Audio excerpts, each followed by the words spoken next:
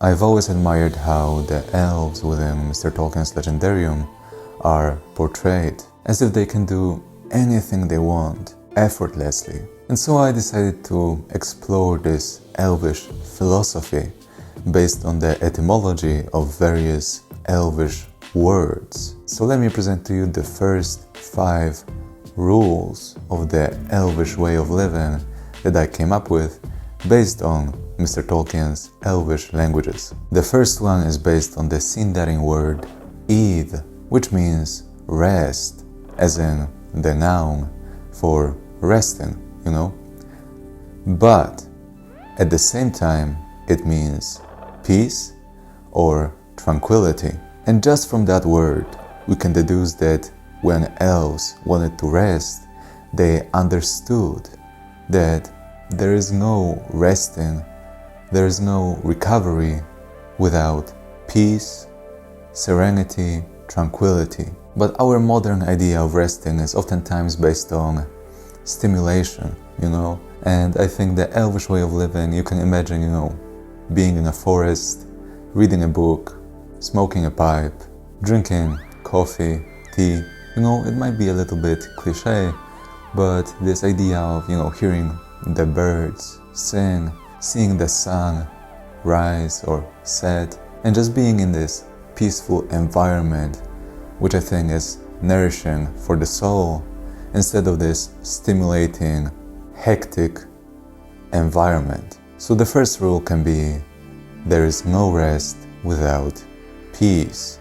So eliminate distractions when you're resting, actually commit to it, try to regenerate your soul and your body. I think that's the elvish way of living.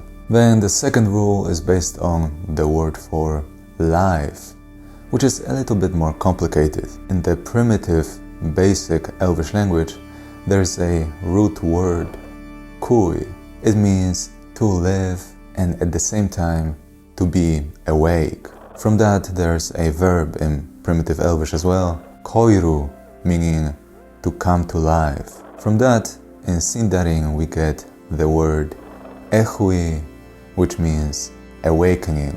And from that, there's a word for a season of the year in the sort of elvish way of looking at things, ehuir, which means staring, and it's basically like spring around that time. So this season of the year, when everything comes back to life, flowers start to bloom, nature reawakes, basically, comes from the primitive word to live. So my theory here is that while we are awake, so alive, we are meant to put things into motion, start the process of bearing fruit, like plants do during the spring season. And then the goal of existence itself is to bear some kind of fruit. So the things we do, the things we put into motion, are meant to bring results.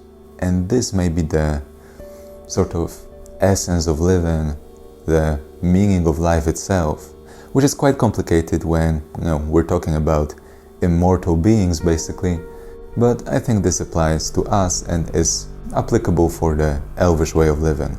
And basically this could be the recipe for not wasting our lives. And so rule number 2 of the elvish way of living could be that life is meant to bear fruit.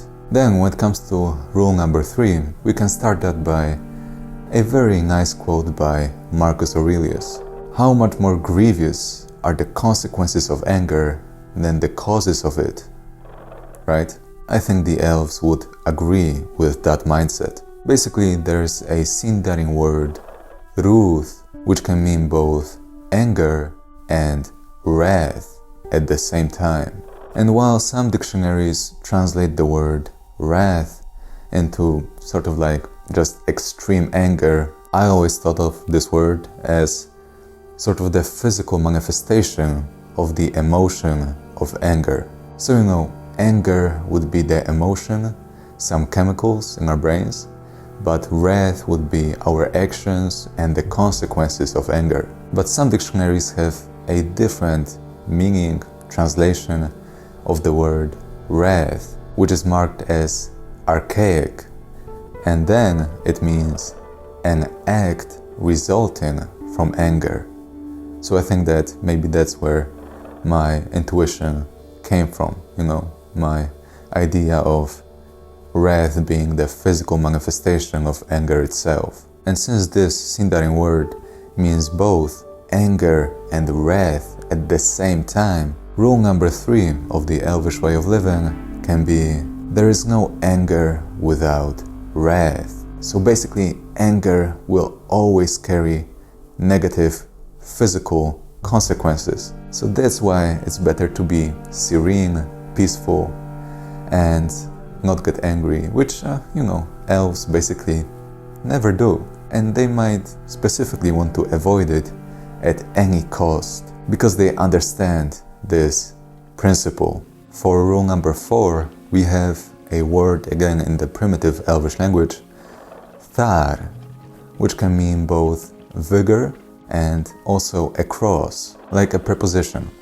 Then from that we get 2 different words in Sindarin. The first one is an adjective, tharan, meaning vigorous, and the second one is a verb, athra, meaning to cross, to go across something. And if you think about crossing something in a physical or a mental sense as basically overcoming a challenge, we can say that rule number 4 is vigor comes from challenges. If you think about how elves move, operate on a daily basis, think about Legolas in the movies even, it seems like they always have vigor, they always have this life essence coming from somewhere, this energy, like they're never sloppy, tired, groggy. And since difficulties are often portrayed in literature, for example, as like crossing something, like crossing a river, maybe elves understand that. They have this innate understanding that if you want to have energy, you have to have something to put this energy towards. So maybe sometimes we need a big challenge, maybe like an enemy, maybe a goal to pursue, to always have this challenge, to always have energy just coming from somewhere, It sort of touches on Taoism. There are similar ideas there. And I also think about elves as being sort of these Taoists of the Tolkien legendarium, and how we can implement that to always have vigor, motivation, is maybe to accept and face our challenges head on, not run away from them, not forget about them. Again, it might sound cliche, but I think that really is the essence of the Elvish way of living. So basically, what we need vigor for gives us vigor itself, gives us the necessary energy if we accept it.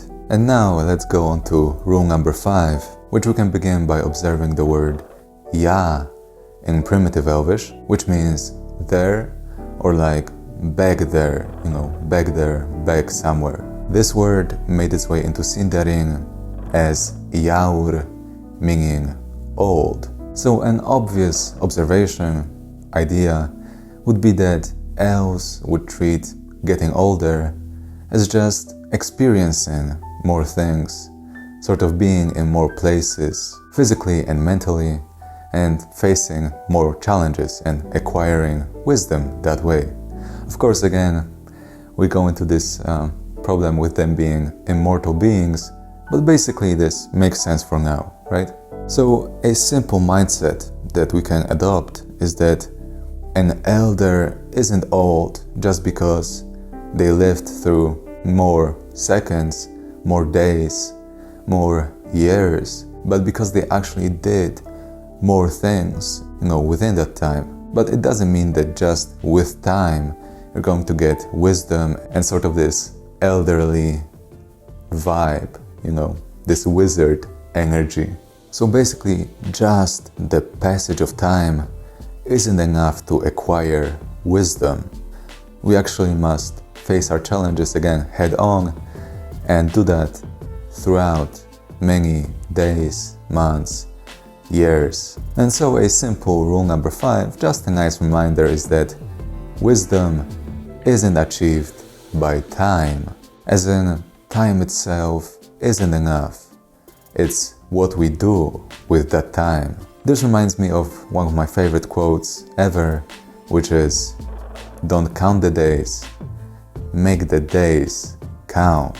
And I think this is very applicable for the Elvish way of living. So that's basically it. I really like this way of thinking, this Elvish philosophy, this Elvish way of living, so I wanted to share that with you. This whole conversation started in my Elvish community, where we converse about these topics, and also I put my Elvish courses and other courses there, and you're very welcome to join that as well. So click the link in the description and start learning Elvish languages and join the conversation today. I hope you enjoyed, and I'll see you next time.